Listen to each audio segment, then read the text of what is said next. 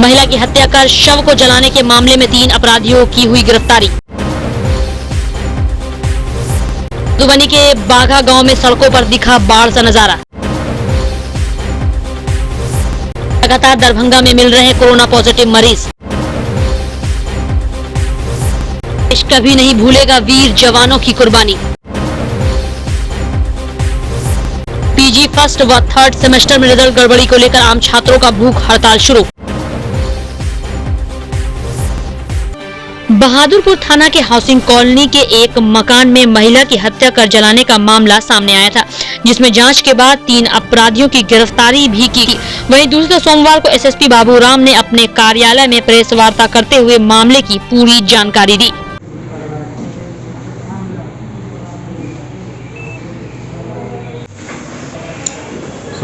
ये बहादुरपुर थाना अंतर्गत हाउसिंग बोर्ड कॉलोनी में एक महिला की जलाकर हत्या करने की सूचना मिली थी। इस पर पुलिस ने घटनास्थल पर जाकर जांच की तो वहां से काफ़ी कुछ जला हुआ राख के साथ में एक महिला का एक पैर बरामद हुआ है।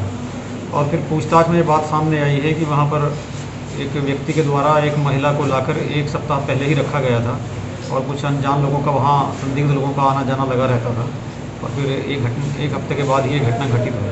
तो जाँच में ये बात सामने आई है कि एक लड़का है स्थानीय जो नाच गाने का काम करता था और बंगाल की एक लड़की थी जो उसी साथ में नाच गाने का काम करती थी। इसी महिला के साथ इसने कुछ समय पहले शादी कर ली थी, लेकिन घर के लोगों ने उस शादी को स्वीकार नहीं किया, जिसके चलते ये घर से बाहर किराए पे रह रहा था। और 1 सप्ताह पहले ही जो पुराना मकान था उसको खाली करके इस कॉलोनी में शिफ्ट किए थे। तो यहाँ पर इनके एक मित्र हैं, छोटू नाम है, छोटू सिंह, जो पहले भी जेल जा चुका है, एक अपराधी प्रवृत्ति का लड़का है। ये महिला के पति और छोटू सिंह मिल के महिला को जबरदस्ती वेश्यावृत्ति के लिए दबाव डालते थे और महिला के मना करने पर उस दिन इनमें आपस में मारपीट हुई। पति ने और इस छोटू सिंह ने महिला की पिटाई की और पिटाई के क्रम में उसको सिर पे चोट लगने के कारण महिला की मृत्यु हो गई। और इस घटना को छिपाने के लिए इन्होंने घर में जो भी कपड़े थे उन सबको महिला के ऊपर डालकर और आग लगाकर लाश को जलाने की कोशिश की। पड़ोसियों ने पुलिस को सूचना दी तो पुलिस ने इस केस के अनुसंधान के दौरान इस गुत्थी को सुलझाते हुए इन दोनों लोगों को गिरफ्तार कर लिया है। जो अभियुक्त पति है उसके मामा ने भी साक्ष्य को छिपाने में इन लोगों का सहयोग किया है, मामा की भी गिरफ्तारी हो गई है। और जो मृतका है उसके परिजनों से भी संपर्क किया है, वो भी पहुंचने वाले हैं, उनका भी बयान लेकर इसमें और जो अनुसंधान की जो कड़ियाँ भी छूटी हुई हैं उनको भी जोड़ा जाएगा। और पुलिस की कोशिश रहेगी कि जल्दी इस केस में आरोप पत्र दायर कर स्पीडी ट्रायल कराया जाए ताकि इनको सजा हो सके। कितने आदमी को अभी अरेस्ट किया? अभी कुल 3 लोग गिरफ्तार हुए हैं। क्या क्या बरामद की गई है? बरामदगी इसमें वहाँ का जो घटनास्थल से खून, जो महिला के सिर से खून लगा हुआ था, उस खून लगी मिट्टी को जब्त किया गया है और कुछ ऐसे साक्ष्य हैं जो परिस्थिति को स्पष्ट करेंगे।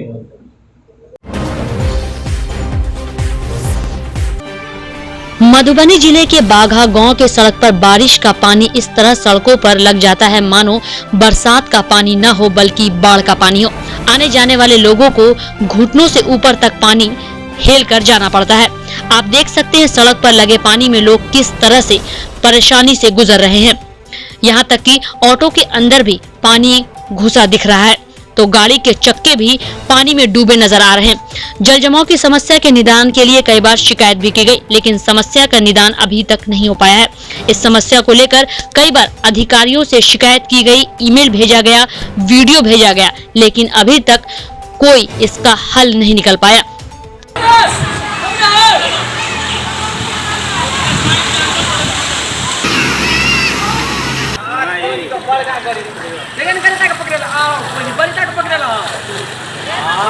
लेकिन बैठ दो तो है जब फाइन है तो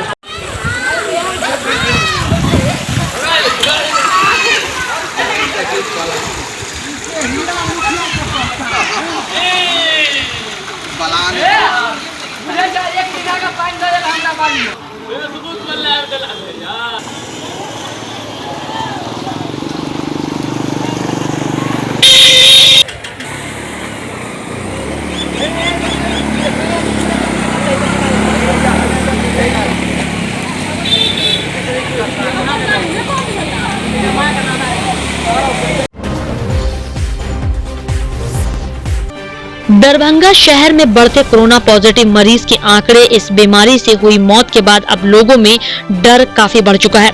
लगातार शहर से कोरोना के मरीज अब मिलने लगे हैं। बढ़ते आंकड़े ने कहीं न कहीं लोगों के दिल में डर का माहौल बना दिया है। प्रतिदिन दरभंगा शहर में कोरोना का मरीज मिलना चिंता का विषय बन चुका है। हालांकि कोरोना के मरीज मिलने के बाद उस क्षेत्र को प्रशासन द्वारा सील कर दिया जा रहा है ताकि आसपास के लोगों में भी यह बीमारी न फैले। वहीं दूसरी तरफ सोमवार को दरभंगा शहर में कोरोना के 16 मरीज पाए गए, जिसमें विधायक और उनके ड्राइवर भी शामिल हैं। लोगों की लापरवाही आज कहीं न कहीं उन्हें परेशानी में डाल रही है। आज जरूरत है लोगों को अपनी सुरक्षा साथ लेकर चलने की और खुद की सुरक्षा करने की, ताकि यह बीमारी उनके परिवार तक न पहुंचे। अक्सर हमारी गलतियों की वजह से हमारे अपने परिवार के लोग खतरे में पड़ जाते हैं और ऐसा देखने को भी मिल रहा है। घर से निकलने वक्त सारी सुरक्षा लेकर ही निकलें और सोशल डिस्टेंस का पालन करें कि यह बीमारी आपके घर तक न पहुंचे।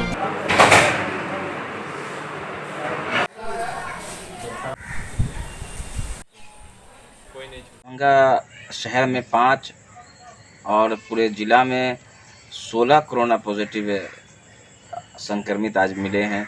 मैं आप लोगों से बार बार, जिसमें वार्ड नंबर 11 में 1, वार्ड नंबर 17 में 1 और 39 में 1, 30 में 2 और ग्रामीण क्षेत्रों में दरभंगा जिला के कोरोना संक्रमित मिले, तो मैं आप सभी दरभंगा वासियों से अनुरोध करता हूं। साथ ही साथ हमारे एक भाजपा के विधायक हैं, उनके ड्राइवर वो भी कोरोना पॉजिटिव पाए गए, उनको एम्स में भर्ती कराया गया है। तो मैं आप सभी दरभंगा वासियों से अनुरोध करता हूं कि इस कोरोना संक्रमण की भयावह स्थिति में और दिन पर दिन इस संक्रमण जो दरभंगा में पैर पसार रहा है, इसमें आप लोग बड़ा मेहरबानी बिना वजह अपने घरों से बाहर न निकलें। अपने बच्चे, अपने परिवार की सुरक्षा है तो अपने घरों पर रहें, भीड़ भाड़ वाले इलाकों पर न जाएं। ख़ास तौर से जो भी आप सब्जी लाते हैं, जो किराने के दुकान से सामान लाते हैं और जो भी चीज़ मार्केट से परचेज करके लाते हैं, उन चीज़ों को लाकर घर पर पहले अपने खुद को और उस सामान को लाकर ज़रूर सैनिटाइज या अपने उसको साफ़ सुथरा कर सैनिटाइज कर ही उसको उपयोग में लाएं, ताकि हम और आप अपने परिवार को बचा सकें। मैं आप सभी लोगों से कि अनुरोध करता हूं, आप लोगों से हाथ जोड़कर गुजारिश करता हूं कि इस कोरोना संक्रमण की इस भयावह स्थिति को देखते हुए, जिस तरीके से शहर में कोरोना संक्रमित पेशेंट संक्रमित लोग बढ़ते जा रहे हैं, आप लोग बड़ा मेहरबानी बिना वजह आने आवश्यक तो चौक चौराहे पर, चाय के दुकानों पर बिना वजह घरों से बाहर न निकले। भाजपा पिछड़ा वर्ग मोर्चा के जिलाध्यक्ष रमेश प्रसाद के नेतृत्व में सैकड़ों कार्यकर्ताओं ने लद्दाख के गलवान में शहीद हुए सेना के सम्मान में मिर्जापुर चौक से आयकर चौक तक कैंडल मार्च निकालकर श्रद्धांजलि अर्पित की। इस अवसर पर नगर विधान पार्षद डॉक्टर अर्जुन सहनी ने श्रद्धांजलि अर्पित करते हुए कहा कि लद्दाख में चीन के सैनिकों के साथ हिंसक झड़प में भारत के 20 सैनिकों के शहीद होने की घटना को लेकर पूरे देश के साथ बिहार के लोगों में भी गुस्सा है। शहीद सैनिकों के प्रति अपनी गहरी संवेदना प्रकट करते हुए उन्होंने कहा कि भारतीय जवानों ने कर्तव्य के पथ पर असीम साहस और धैर्य का प्रदर्शन कर पूरे देश को गौरवान्वित किया है। इन सैनिकों ने भारतीय सेना की वीरता की परंपरा का निर्वाह करते हुए अपनी जानें कुर्बान की है, जिसे यह देश कभी नहीं भूलेगा। भारतीय जनता पार्टी पिछड़ा वर्ग मंच की ओर से भारतीय सेना के सम्मान में जो आज 15 जून को लद्दाख में जो शहीद हुए उनके लिए श्रद्धांजलि अर्पित करते हैं और कैंडल मार्च निकालकर हम लोग मिर्जापुर से आयकर चौक तक आए। PG first semester, PG third semester में बड़े पैमाने पर रिजल्ट में धांधली को लेकर आम छात्रों द्वारा भूख हड़ताल शुरू किया गया। इस अवसर पर भूख हड़ताल में सामाजिक विज्ञान संकाय से काउंसिल मेंबर दीपक कुमार झा, छात्र नेता प्रिंस राज, राहुल राज, विशाल चौधरी भूख हड़ताल पर बैठे हुए हैं। आम छात्रों की मांग है कि पीजी फर्स्ट सेमेस्टर के प्रमोटेड छात्रों की कॉपी का रैंडम जांच किया जाए, पीजी थर्ड सेमेस्टर के कॉपी का रैंडम जांच किया जाए तथा रिजल्ट में धांधली करने वाले अधिकारी पर कार्रवाई की जाए। विश्वविद्यालय द्वारा OMR शीट के खिलाफ प्रस्ताव पास कर भेजा जाए।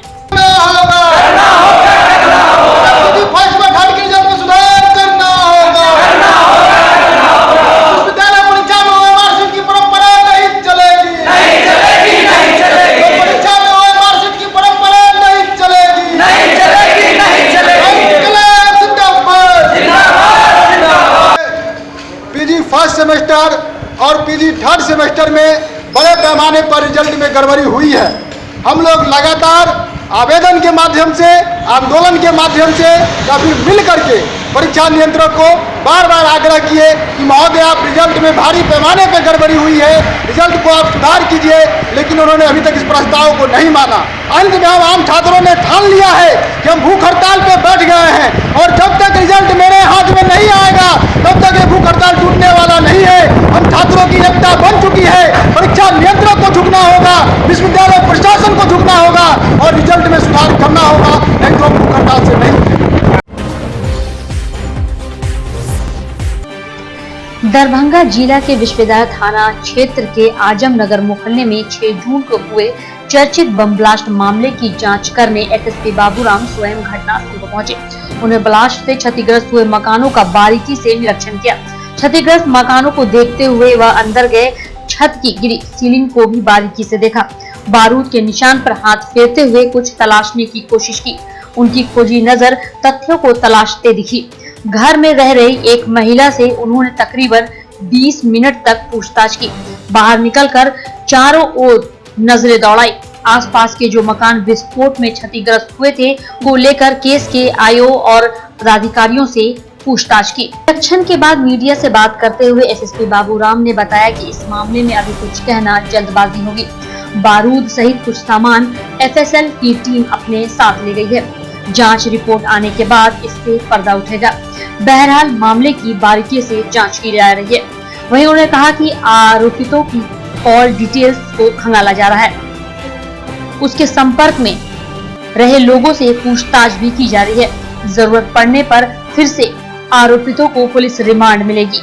मौके पर सिटी एसपी योगेंद्र कुमार, सदर एसडीपीओ अनुज कुमार, विश्वविद्यालय थाना प्रभारी पवन कुमार सिंह, पार्षद भरत सैनी सहित कई थाने की पुलिस मौजूद थी। कोई बात नहीं। बुरा का बुरा मिला है, बारूद को मिला ना? मुझे मिला नहीं सर। कितना बुरा मिला बताना। हमारे कहने को देखिए, दुश्मनी बहुत तरह की लगा हुआ है। आज से नहीं 20 साल से दुश्मनी लगा हुआ है। हम लोग लेके आगे नहीं सर, आपके बारे में नहीं गया, अल्लाह जाने। हम तो इस पर किसी पर इंजाम नहीं ला रहे हैं। हम लोग समझा रहे हैं, बाकी आपकी मर्जी है। जो आप लोग इसके पहले पुलिस महानिरीक्षक भी आए थे और एसएसपी साहब आए हैं। हम लोगों ने 4-5 दिन पहले भी एसएसपी साहब से बात की थी। एसएसपी साहब, जो प्रशासन ने उसने पहला दिन जो बयान दिया यह सुतली बम था, बहुत गलत परसेप्शन गया है। कोई सुतली, इतना बड़ा ब्लास्ट इतनी दूरी में जाकर हम लोगों ने देखा है 3 मकान के बाद ग्रिल टूट गया। अगर उस मतलब इतना ज़्यादा विस्फोटक और इतना बड़ा ब्लास्ट, बहुत बड़ा ब्लास्ट है। हम लोग लगातार कह रहे हैं, मैंने मुख्यमंत्री जी को भी पत्र लिखा है, सभी स्तर पर जांच होनी चाहिए। और इतना बड़ा ब्लास्ट हुआ है, अंदर तक ब्लास्ट गया, मतलब 3 दीवार के बाद जो है दीवार का खच्चा उड़ गया है। इसलिए एसएसपी साहब आए थे। एसएसपी साहब ने मामले को गंभीरता को समझा है और समझ के आके उन्होंने खुद ही परसों मुझे फ़ोन किया था, ऐसे ऐसे हम लोग चलेंगे। तो आज एसएसपी साहब हम लोग आए और एसएसपी साहब ने सभी मकानों में जो भी क्षतिग्रस्त मकान थे उनका भी जाके भ्रमण किया।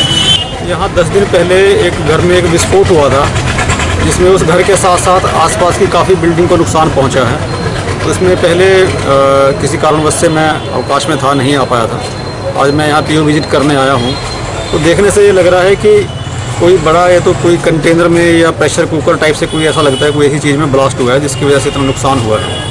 और घर से काफ़ी सारे जले हुए और बिना जले हुए कुछ पटाखे मिले हैं। और आस पड़ोस के लोगों ने भी बताया है कि ये आदमी पटाखे का काम करता था।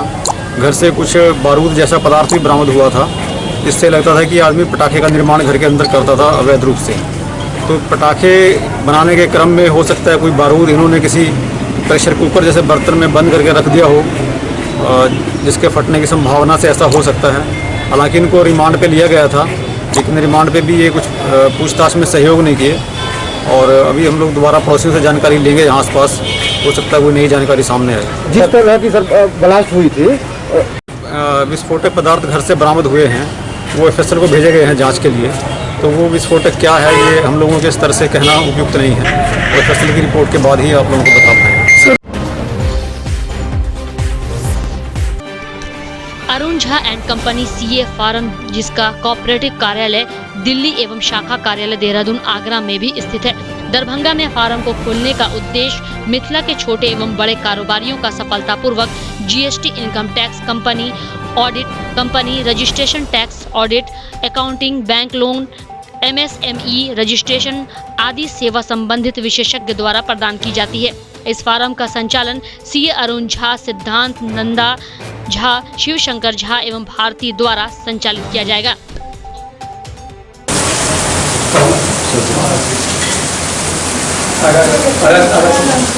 सोच मेरी तब से थी जब मैंने 12th में कॉमर्स रखा। मेरा एक सपना था कि इस शहर में मुझे एक चार्टर्ड अकाउंटेंसी का फर्म स्थापित करना है। उसके लिए मैंने पूरी मेहनत की है। 3 साल मैंने दिल्ली में ट्रेनिंग की है इसके लिए, और अब मैं यहाँ के लोगों को, यहाँ जितने भी व्यापारी हैं उनकी सहायता करना चाह रही हूँ। उन लोगों को आगे बढ़ने में मेरी फर्म सहायता करेगी। उन्हीं लोगों के सेवा के लिए मेरी ये भावना है कि यहाँ पे मेरे जैसे छोटे से छोटे और बड़े से बड़े जितने भी उद्योगपति हैं, जितने भी स्कूल के लोग, बैंक के लोग हैं, उन लोगों की मैं सहायता कर सकूँ।